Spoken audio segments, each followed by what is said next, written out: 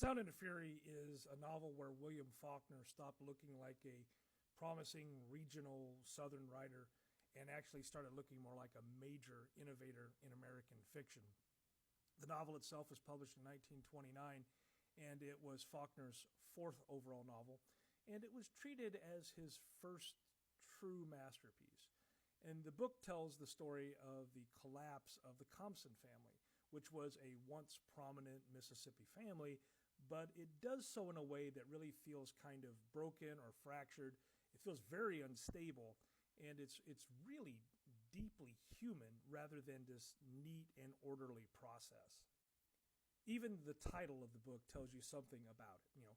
Faulkner took the title from Shakespeare's Macbeth, from the line about life being a tale told by an idiot, full of sound and fury, signifying nothing.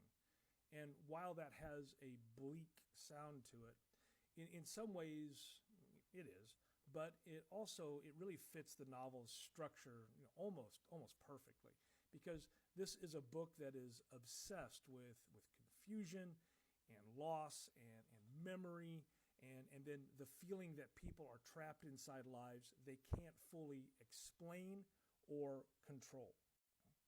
I think what makes the novel famous and also very difficult is its overall structure. I've talked about in the Faulkner video from a couple days ago and also in an earlier video on this book, but I'm back to it here. And it's because William Faulkner divides the book into four sections, each with a different narrative perspective and also a different relationship to time.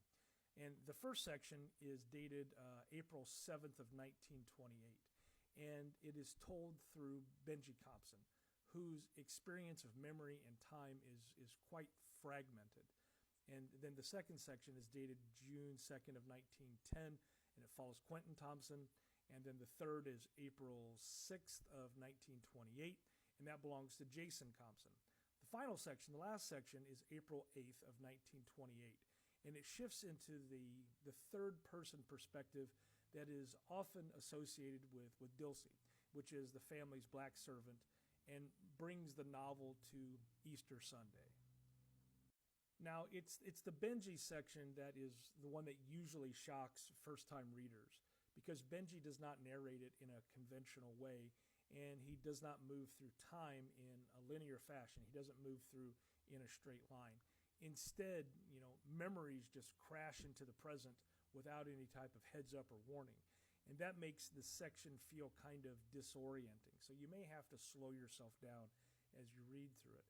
But it is also one of the reasons why the novel happens to matter so much, because William Faulkner is forcing the reader to feel experience rather than just receive information. You're not passive in the process. And Benji's section is not arranged, to make you feel comfortable. It gets you outside your comfort zone. It's arranged to make memory feel immediate and rather unstable.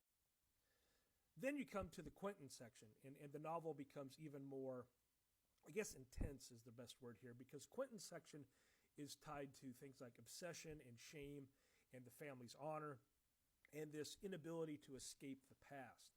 And so, if when you're reading, if Benji's section feels kind of fragmented or broken, because time happens to slip around and stuff, Quentin's section feels broken because consciousness itself is really under strain. This is one of the places where William Faulkner shows how modernist fiction could go beyond plot and move directly into psychological pressure.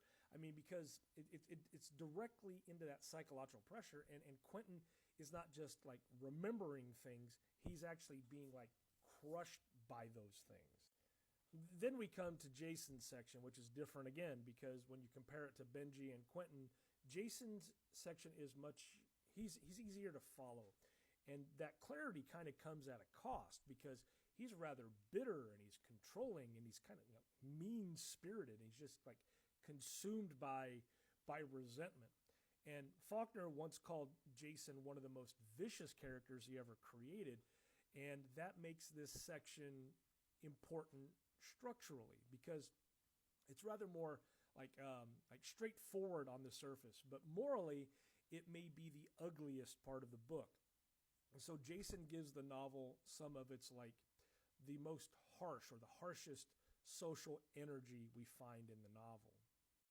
Now, the final section matters because it gives the novel a different kind of footing. It's set on Easter Sunday, which is today, and it's not exactly a cheerful time. And it doesn't just like magically repair all the damage that's been done to the Compsons, but it does introduce a larger frame of endurance and order through Dilsey.